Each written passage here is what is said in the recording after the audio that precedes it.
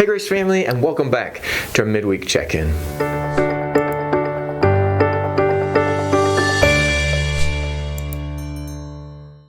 So last Sunday, as we continued moving forward and discovering a life of joy, we had the opportunity to look at Philippians chapter 1 and verse 6. And we continued on with the language of a recipe for joy, and we found 4 more ingredients to add to that recipe and just different things that help us experience joy in everyday life. And one of the things that we talked about is that we have joy in salvation. And what we did is we kind of did a live interaction with Psalm 51 verse 12 that says, "Restore to me the joy of your salvation." And I kind of just wanted to sit there in the middle of your week and just talk about that a little bit. What we have in our joy of salvation is something that is available to us 24/7, all the time, every day.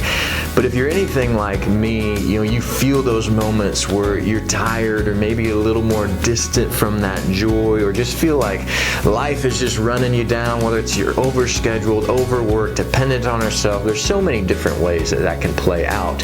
And so we need to come back and we need to take advantage of those opportunities to restore. God, restore to me the joy of your salvation. And so I've really tried to live that out this week. I felt a little bit more tired and drained myself, and so I've had to create extra moments with the Lord.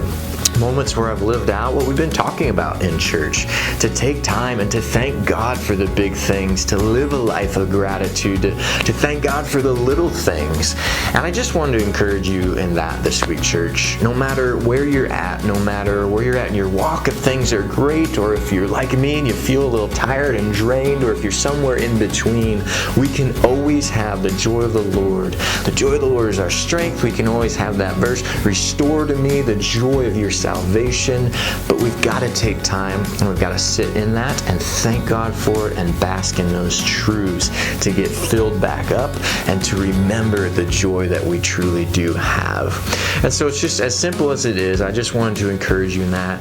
Don't forget to take time with the Lord to do what we've talked about. It was a couple weeks ago. We talked about thanking Him for the big things, to thank Him for salvation and everything that means, the joy we have, the hope, the future, the identity, the purpose, that everything about who we are has been changed because of the salvation He has given us freely.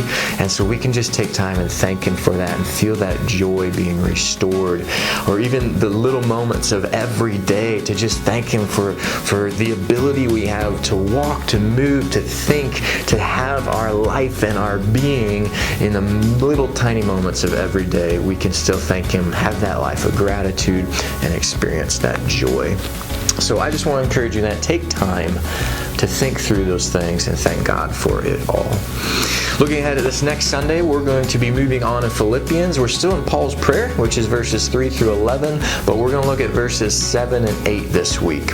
And it's almost as if Paul takes a little break. And in verses 7 and 8, he tells the Philippian church, "This is how I feel about you."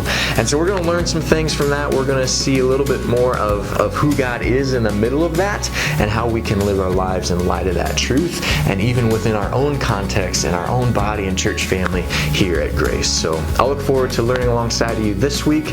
And in the meantime, don't forget to take time with the Lord and just remember and to give Him thanks and have that feeling of that restoring joy of our salvation through Him. So have a great week. We'll see you back here Sunday morning at 9 a.m.